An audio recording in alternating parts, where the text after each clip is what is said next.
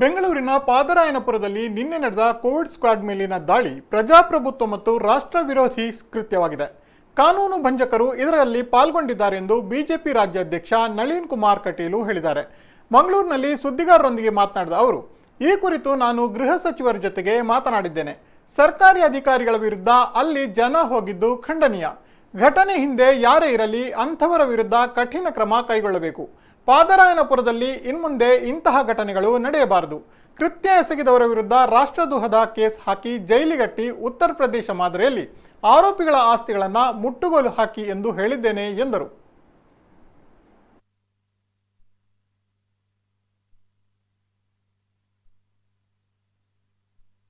ಇವತ್ತು ಕೆಲವೊಂದು ಘಟನೆಗಳು ನಮ್ಮ ರಾಷ್ಟ್ರದಲ್ಲಿ ನಡೀತಾ ಇದ್ದಾವೆ. ಅದು ವಿಶೇಷವಾಗಿ ನಮ್ಮ ರಾಜ್ಯದಲ್ಲಿ. ದೆಹಲಿಯ ಘಟನೆಯ ನಂತರ ಅಲ್ಲಲ್ಲಿ ಆಶಾ ಕಾರ್ಯಕರ್ತರ ಮೇಲೆ ಹಲ್ಲೆ, ಪೊಲೀಸ್ ಇಲಾಖೆಯ ಮೇಲೆ ಹಲ್ಲೆ ಹಾಕೊಳ್ಳೋದಂತ ಇದನ್ನು ಕೇಳ್ತಾ ಇದ್ದಾವೆ. ಅಲ್ಲಲ್ಲಿ ಕಾನೂನು ಕ್ರಮಗಳನ್ನು ತಗೊಳ್ಳಲಾಗಿದೆ. ಇವತ್ತು ವೈರಸ್ ಬರ್ತಕ್ಕಂಥದ್ದು ಜಾತಿ ಮತದ ಹೆಸರಿನಲ್ಲಿ ಬರ್ತಾ ಇಲ್ಲ. ವೈರಸ್ಸಿಗೆ ಜಾತಿ ಆಗಲಿ ಮತ ಆಗಲಿ ಅದರ ಅಂತರ ಇಲ್ಲ.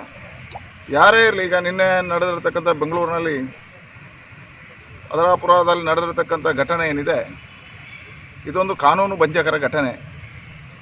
ಇದೊಂದು ಪ್ರಜಾಪ್ರಭುತ್ವದ ಕಗ್ಗೊಲೆ ಅಂತ ಹೇಳ್ಬೋದು. ಒಂದು ದೇಶ ಕಾನೂನು ಜನರ ಯೋಗಕ್ಷೇಮಗಳನ್ನು ದೃಷ್ಟಿಯಿಂದ ಮಾಡಿದರೆ, ವಿಶೇಷವಾಗಿ ರಾತ್ರಿ ಹಗಲು ದುಡಿಯತಕ್ಕಂಥ ಡಾಕ್ಟ್ರುಗಳು, ಪೌರ ಕಾರ್ಮಿಕರು, ಆಶಾ ಕಾರ್ಯಕರ್ತೆಯರು, ಪೊಲೀಸ್ ಅಧಿಕಾರಿಗಳು, ಎಲ್ಲ ಇಲಾಖೆ ಅಧಿಕಾರಿಗಳು ತಮ್ಮ ಮನೆ ಕುಟುಂಬ ಬಿಟ್ಟು ಇದಕ್ಕೋಸ್ಕರ ಕೆಲಸ ಮಾಡ್ತಾ ಇರ್ತಕ್ಕಂಥ ಸಂದರ್ಭದಲ್ಲಿ ಅವರ ಕಾರ್ಯಗಳಿಗೆ ಅಡೆತಡೆಯನ್ನು ಒಡ್ಡುವಂಥದ್ದು ಕಾನೂನು ಭಂಜಕರ ಕ್ರಮ ಸರಿಯಲ್ಲ. ಇದನ್ನು ನಾನು ಖಂಡಿಸ್ತೇನೆ. ನಾನು ಈಗಾಗಲೇ ಗೃಹ ಸಚಿವರ ಹತ್ರ ಮಾತುಕತೆಯನ್ನು ಮಾಡಿದ್ದೇನೆ.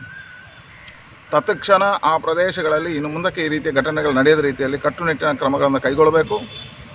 ಅವ್ರ ಮೇಲೆ ರಾಷ್ಟ್ರದ್ರೋಹದ ಕೇಸನ್ನು ಹಾಕಿ ಅವರನ್ನು ಜೈಲಿಗೆ ಹಾಕಬೇಕು. ಏನು ಉತ್ತರ ಪ್ರದೇಶ ಸರ್ಕಾರ, ಅಲ್ಲಿಯ ಮುಖ್ಯಮಂತ್ರಿಗಳೊಂದು ಗಟ್ಟಿ ತೀರ್ಮಾನ ತಗೊಂಡಿದ್ದಾರೆ. ಯಾರ್ಯಾರು ಹೀಗೆ ಸರ್ಕಾರಿ ಅಧಿಕಾರಿಗಳ ಮೇಲೆ ಹತ್ಯೆಗಳನ್ನು ಮಾಡ್ತಾರ, ಅವರ ಆಸ್ತಿ ಪಾಸ್ತಿಗಳನ್ನು ಪೂರ್ತಿಯಾಗಿ ಸರ್ಕಾರ ವಶಪಡಿಸಿಕೊಳ್ಳುವಂಥದ್ದು, ಇಲ್ಲಿಯೂ ಅದನ್ನೇ ಮಾಡಬೇಕು. ಕಟ್ಟುನಿಟ್ಟಿನ ಕ್ರಮ ತಗೊಳ್ಬೇಕು. ಯಾರೇ ಆಗಲಿ ಕಾನೂನು ಭಂಜಕರು ಮತ್ತು ಇಲಾಖೆ ಅಧಿಕಾರಿಗಳಿಗೆ ಅಥವಾ ಸರ್ಕಾರಿ ಅಧಿಕಾರಿಗಳಿಗೆ, ಆಶಾ ಕಾರ್ಯಕರ್ತರಿಗೆ ನೋವು ಟೀಕೆ ಮಾಡ್ತಕ್ಕಂಥದ್ದನ್ನು ಸಹಿಸುವುದಿಲ್ಲ. ಕಾನೂನು ಕಠಿಣವಾಗಿರ್ತಕ್ಕಂಥ ಕ್ರಮ ಕೈಗೊಳ್ಳಿ ಅಂತ ಈಗಾಗಲೇ ರಾಜ್ಯಾಧ್ಯಕ್ಷನಾಗಿ ನಾನು ಗೃಹ ಸಚಿವರಿಗೆ ಮಾತನಾಡಿದ್ದೇನೆ. ಇಂಥ ಯಾವುದೇ ಘಟನೆಗಳನ್ನು ನಾವು ಸಹಿಸೋದಿಲ್ಲ. ಹಾಗಾಗಿ ತಕ್ಷಣವಾಗಿ ಮುಖ್ಯಮಂತ್ರಿಗಳು ನಾವು ಮನವಿ ಮಾಡ್ತೇನೆ ಮತ್ತು ವೈಯಕ್ತಿಕವಾಗಿ